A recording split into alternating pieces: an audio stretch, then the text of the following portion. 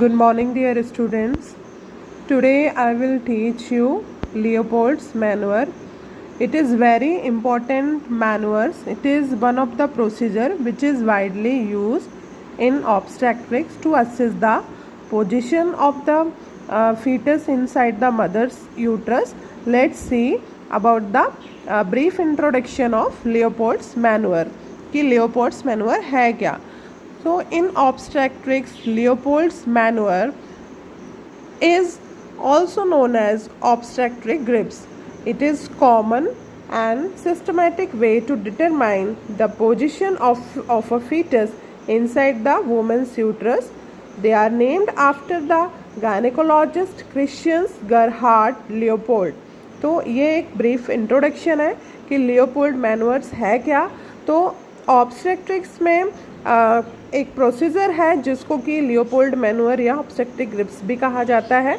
ये एक कॉमन और सिस्टमेटिक तरीका है जिससे कि पोजीशन पता की जा सके फीटस की जो कि मदर के यूट्रस के अंदर में है. और इस प्रोसीजर का नाम Leopold's manoeuvre gynaecologist Christian Gerhard Leopold के नाम पर रखा गया.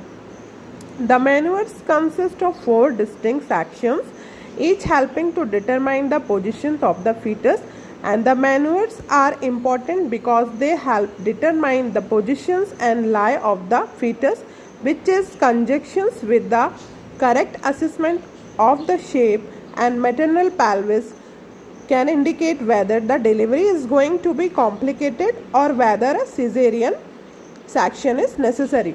तो इसको करने का मतलब जो लियोपोल्ड मैनुअर्स है इसको करने का क्या औचित्य है, क्या मतलब है. तो जो लियोपोल्ड मैनुअर्स है ये इसमें 4 मेन एक्शंस है जिनसे मिलकर ये बना हुआ है. और पर्टिकुलर जो एक जो एक्शन है जो एक जो मैनुअर्स हैं वो ये बताते हैं कि पोजीशन क्या है फीटस की.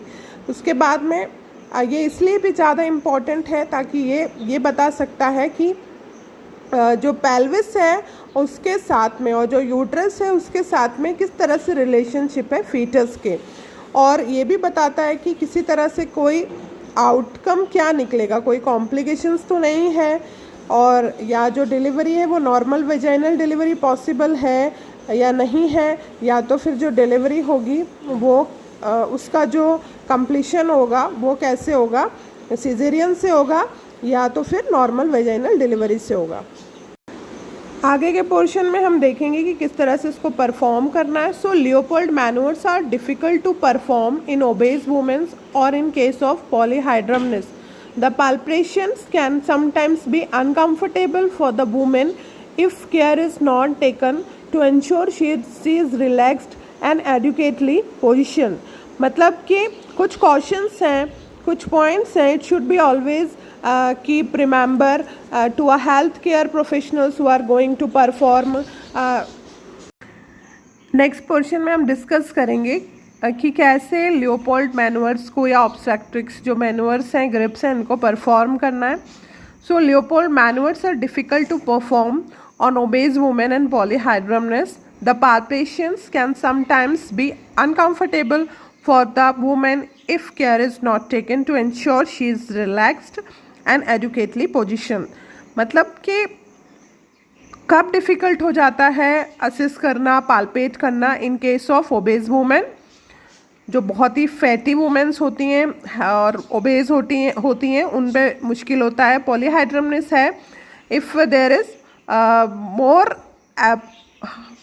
amniotic fluid is present inside the uterine cavity, that is also a cause for the difficulty to perform Leopold maneuvers.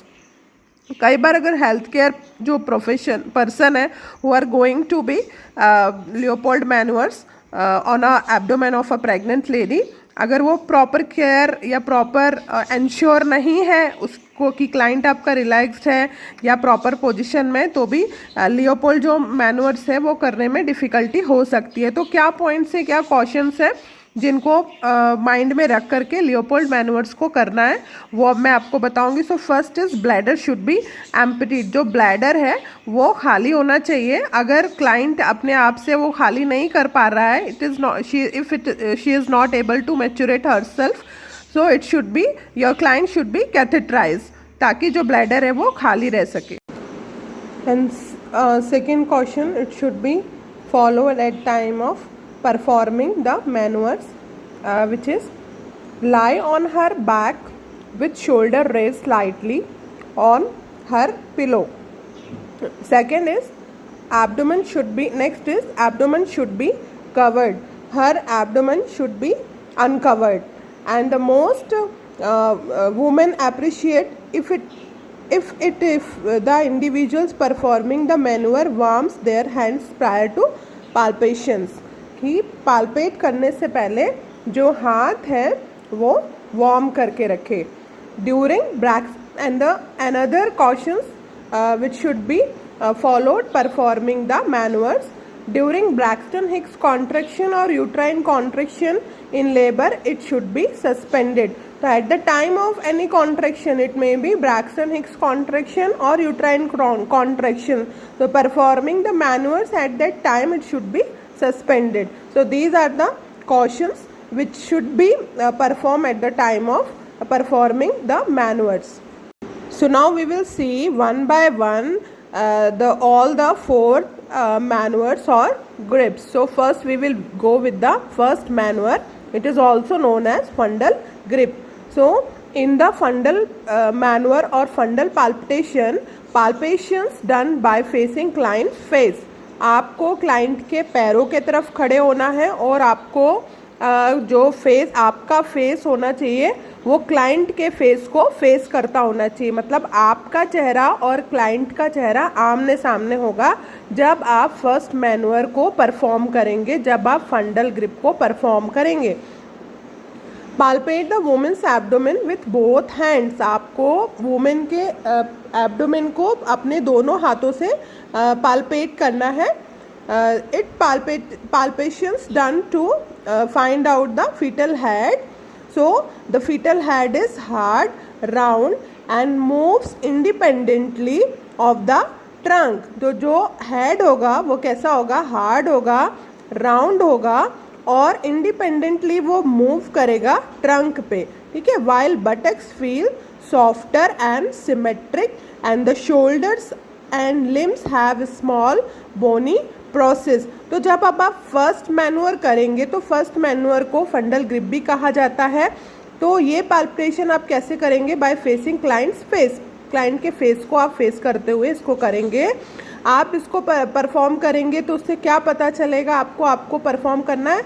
आपको अपने दोनों हाथ क्लाइंट के एब्डोमेन में रखना है जिससे आपको पता करना है कि हेड कहाँ है उसका और उसके बटक्स कहाँ हैं. इससे पता चलेगा आपको जो फीटल है उसकी पोजीशन के बारे में आपको यहाँ पर पता चलेगा, उसके प्रेजेंटेशन के बारे में आपको यहाँ पर पता चलेगा कि जो प्रेजेंटेशन है वो वर्टेक्स है या सिफेलिक है या नहीं है. ठीक है. उसके बाद दूसरा जो है वो है second manoeuvre is also known as lateral और अम्बिलिकल ग्रिप. सेकेंड मैनुअर का जो नाम है वो क्या है, लैटरल ग्रिप भी बोल सकते हो और इसको अम्बिलिकल ग्रिप भी बोल सकते हैं. The palpitation done by facing client face. तो ये वाला जो पाल्पेशन है, ये वाला जो आप प्रोसेस करेंगे वो भी कैसे करेंगे, क्लाइंट के फेस को फेस करते हुए करना है. फिर after the upper abdomen has been palpated the hand are to be placed flat on either side of the umbilicus to palpate the position of the back, limbs and the anterior shoulder. तो आपको क्या करना है, जो second manure है और जो lateral grip है और अम्बिलिकल जो ग्रिप है इसको भी क्लाइंट के फेस को फेस करते हुए करना है. आपको इसको अम्बिलिकस भी अम्बिलिकल ग्रिप इसलिए बोला जा रहा है क्योंकि आपको क्लाइंट के अम्बिलिकल के पास में जाकर के इसको अपने हाथ को पाल्पेट करना है जिससे कि आपको जो फीटस है उसकी पोजीशन के बारे में पता चल सके. तो जब हम सेकेंड मैनुअर या लैटरल और अम्बिलिकल ग्रिप हम जब करते हैं तो उससे हमें क्या पता चलता है कि जो पोजीशन है, बैक वाला पोजीशन कहाँ है, कहाँ लिम्स हैं और उसका एंटीरियर शोल्डर कहाँ है. तो foetal back will feel firm and smooth while foetal extremities. जो फीटल का बैक है वो एक स्मूथ और फर्म सतह हमको फील होगी. और अगर हम उसके एक्सट्रीमिटीज़ की बात करें, एक्सट्रीमिटीज़ में क्या क्या आएगा, उसके आर्म्स आएंगे, उसके हाथ और उसके पैर आएंगे. Should feel like small irregularities and protrusions. तो जो छोटे छोटे उसके हाथ और जो पैर हैं, एक्सट्रीमिटीज़ हैं, वो कैसे फील होंगी? लाइक स्मॉल इरेगुलरिटीज़, हमको छोटे छोटे कुछ वहाँ पर इरेगुलरिटीज़ या प्रोट्रूशंस बाहर निकली हुई ऐसा कुछ भाग लगेगा जो बाहर निकला हो, प्रोट्रूशंस जैसा फील होगा। तो सेकेंड मैनुअर्स में हम क्या देखते हैं? बैक देखेंगे, लिम्स देखेंगे और इंटीरियर शोल्डर देखेंगे। तो और हमको पता चलेगा कि बैक है, तो हम कैसे आइडेंटिफाई करेंगे कि ये जो फीटस है उसका बैक वाला पोर्शन है। तो जो बैक होगा, जो बच्चे की पीठ होगी, वो कैसे फील होगी? फर्म फील होगी, उसमें कोई इरेगुलरिटीज़ नहीं होंगी और एक स्मूथ वहाँ पर आपको सरफेस फील होगी। वो क्लाइंट जो फीटस है उसका बैक होगा। और अगर हम उसके एक्सट्रीमिटीज़ को देखेंगे तो वो कैसे रहेंगे? उसके एक्सट्रीमिटीज़ मतलब उसके हाथ और पैर feel like small irregularities and protrusions। तो this is all about the second manuals। पहले दो मैनुअर्स देखने के बाद हम तीसरे मैनुअर को देखेंगे जिसको बोलते हैं थर्ड मैनुअर, और इसका दूसरा भी और भी नाम है, फर्स्ट पैल्विक ग्रिप भी बोलते हैं इसको, और पावलिक्स ग्रिप भी कहा जाता है।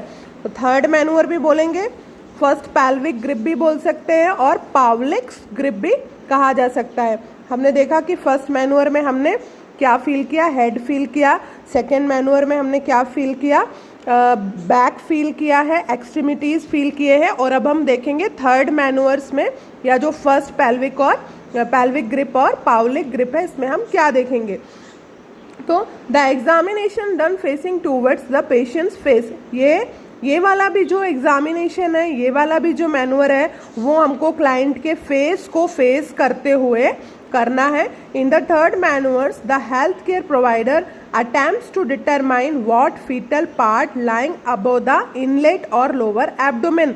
तो जो थर्ड मैनुअर है वो क्यों किया जाता है? पावलिक ग्रिप क्यों परफॉर्म किया जाता है? ये इसीलिए परफॉर्म किया जाता है कि इससे ये पता लगाया जा सके कि फीटल पार्ट का कौन सा भाग इनलेट क्या है? इनलेट पेल्विस में आपको पता है कि पेल्विस में इनलेट कहाँ होता है।